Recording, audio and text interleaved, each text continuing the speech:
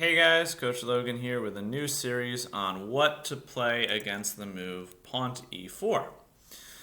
This is White's most popular first move. Fischer called it best by test, and really you need to be able to play against this, because if you can't play against e4, it's kind of like trying to play baseball when you can't hit a fastball. You're going to see this almost all the time at the scholastic level, at least when you're below 1,000. But still, I mean, even at the World Championship level, it's in the last World Championship they played it almost every game. So it's a very popular first move. It's challenging. White's grabbing space in the center, getting ready to develop quickly. And so what do we do against this? So in my series, I'm going to recommend the move pawn to e5. There's certainly other reasonable moves for black, like the Sicilian defense, for instance. But I like e5 because it really says to white, show me your advantage, right? I mean, you know, in other openings, in the Sicilian, a lot of times white goes for a very dangerous mating attacks because you're falling behind in development. In like the French defense, you fall behind in space and you have trouble with this bishop on c8. But in e5, you're really saying to white, okay, you've moved first. What does that actually do? So in the first video in the series, we're going to look actually at something that I think is quite thematic, which is if they play the move knight to c3 here. After knight f3, knight c6, defending the pawn, this move knight to c3. It's not White's most common move. White usually plays bishop b5, the Spanish, or bishop c4, the Italian, or pawn to d4, the Scotch. But knight to c3 I think is good to start with because you do see it a lot at the under 1,000 kind of scholastic level. And after knight f6, it really does give a good example of this question of, well, okay, well, isn't black just going to suffer this whole game because they're one move behind at every juncture?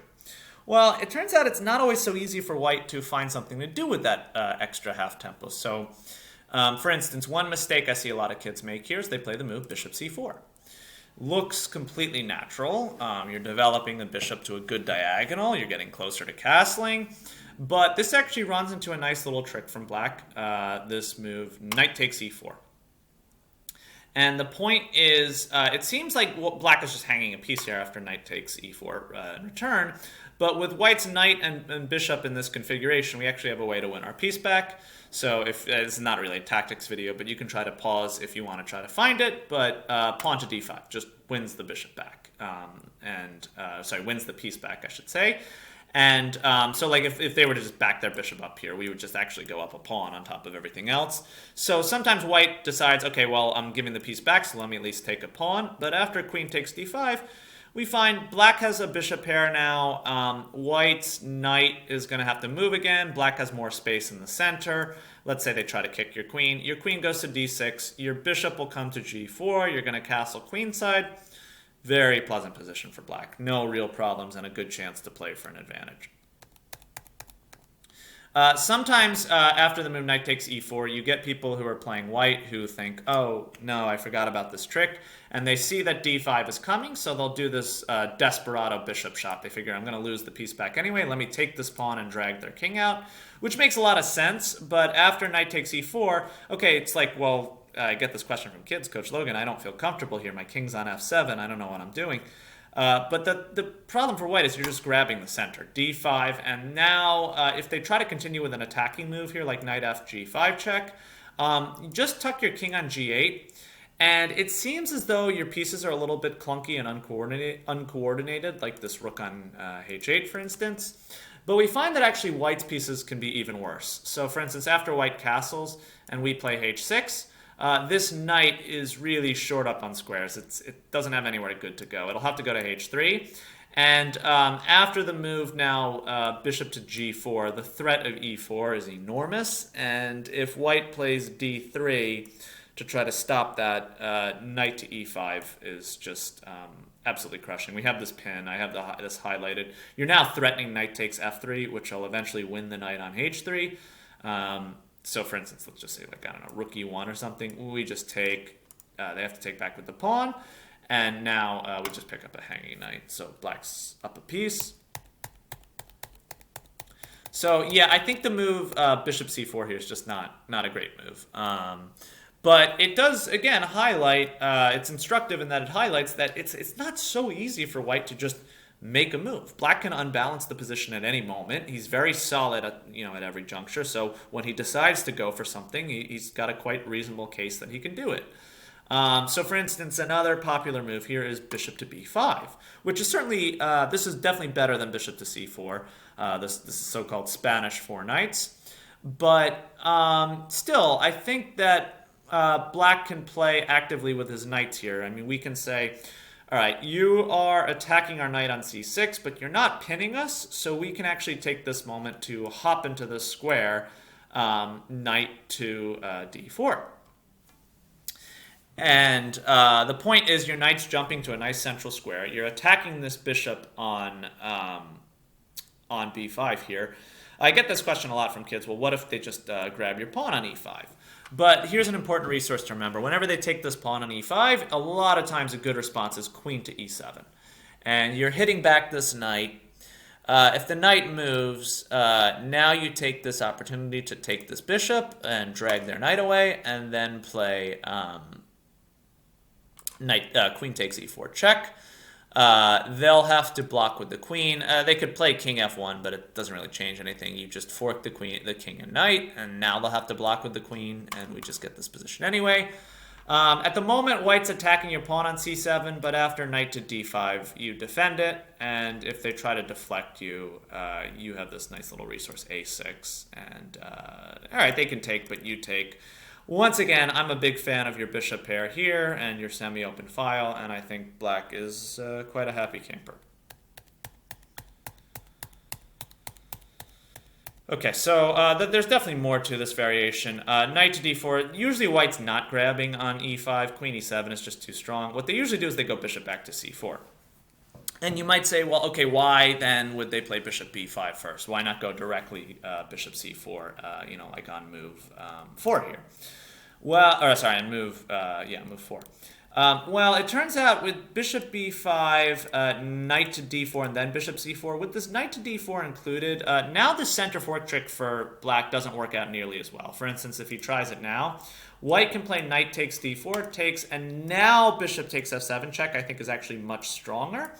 Because without white's knight here on f6 to guard the king, and without being able to just grab a center on e5 and d5 and chase away a white knight on e4, white now actually has a much better position. After, say, something like check, let's say you block, check, kicking your king away, now they recapture the knight finally, and you'll get a position like this where, as opposed to the other one where white's pieces were all uncoordinated and he was about to start losing stuff, white's knight is quite good here. Your pawn on d4 is going to fall. White will be able to castle comfortably. Black cannot. This position is very strong for white. Black is losing here. So after knight to d4 and bishop c4, I would not recommend playing the center fork trick. Instead, just continue development, bishop c5. And if you get one more move to play d6, your position is just beautiful. So if white wants to try for anything, they've now got to grab this pawn. And their argument with the bishop on c4 is it comes with a little bit more pressure. They're threatening you on f7. But once again, as I said, a common motif is when white grabs this pawn on e5, we simply respond with queen to e7. And I love showing this to kids because they always scream at me, Coach Logan, you're hanging on f7. I can take. And so I say, okay, well, what are you going to take with? So a lot of kids say bishop takes f7 because it's check and it's going to kick your king around. How could it be bad? Well, after actually just king to f8, you'll find that I'm now attacking your knight. And the problem is if you were to move the knight, once you move the knight, let's say knight back to f3, now I can just take my bishop back. Okay, in this case I can probably take with, or maybe they want me to take this first and then take back. But I can just, at some point, the point is I can just take this back. So bishop takes f7 check actually just loses a piece. Knight takes f7 is a little bit more credible. But the problem here is, once again, this idea of just getting pawn to d5. And you'll find a lot of times for Black in e4, e5 openings, if they can successfully get d5 and it equalizes on the spot, and sometimes even gives them something of a little bit of an edge to play for. And here, this comes with a tempo on the bishop, and you're hitting the knight. Let's say white tries something like knight takes h8 because they went in there to go grab material, so it makes sense to do that. After we recapture, we're down a pawn and an exchange, but this knight is completely trapped, and white's development could turn out to be an issue.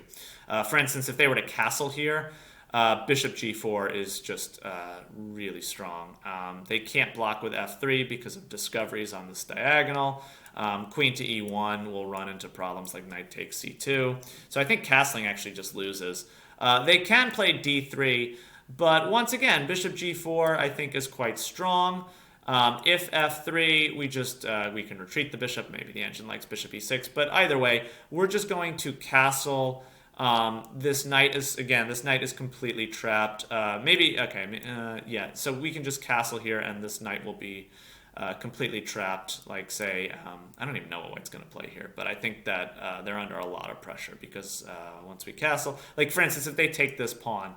Castling, not only is the knight trapped, but now there's all sorts of nasty discoveries threatened on this on the d file. And if they try to block with something like bishop to d2, I'm seriously wondering if we can just go for some sort of all-out attack with like maybe it's not so prudent here, but I was wondering if we could throw something like this in, like say check, and then if they take now like let's say some sort of knight sack. They can't take back with the pawn. If they take back with the knight, they're going to run into problems with queen h4 check. If, I don't know, let's say king f1. Now we have queen h3 check, and everything is falling apart. I don't know, white will have to play king back to e1, and then we just take this, and the whole white position's on teetering on collapse.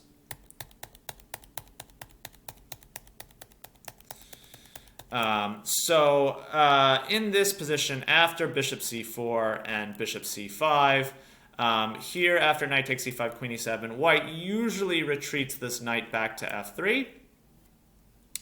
But at this point, again, I'm going to point out this resource here, which is a very important one to remember for black. Just like queen e7 is an important resource, if you can get d5 in successfully, it's often very advantageous to do so, and this is no exception. And the point really is we're just opening this bishop up with tempo.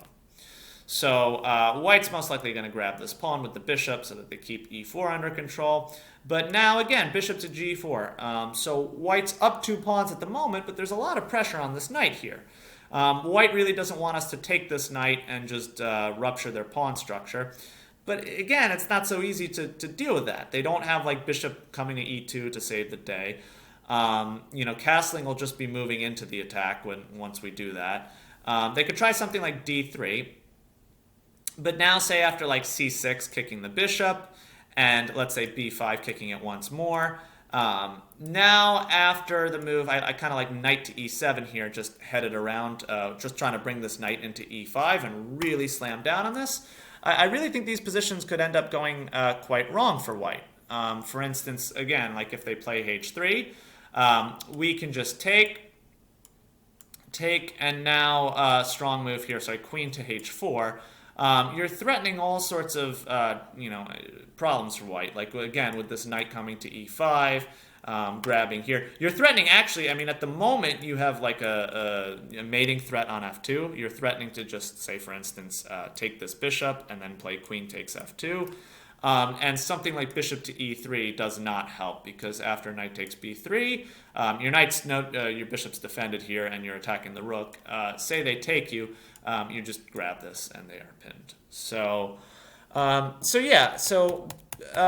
Now there's definitely more lines that can be played, but I think this is a good point to stop the first video. And really, the big point I wanted to make in this one is it's not so easy for white to just say, okay, I'm going to move ahead in development. I'm just going to develop as quickly as possible, and at the right moment, I'll be able to strike first, because natural development moves give black a chance to unbalance the position. So, for instance, again, bishop c4 leads to knight takes e4 with the center fork trick. Bishop to b5 leads to knight to d4 with, certainly it's not as one-sided as a center fork trick, but it does give black definitely something to play for.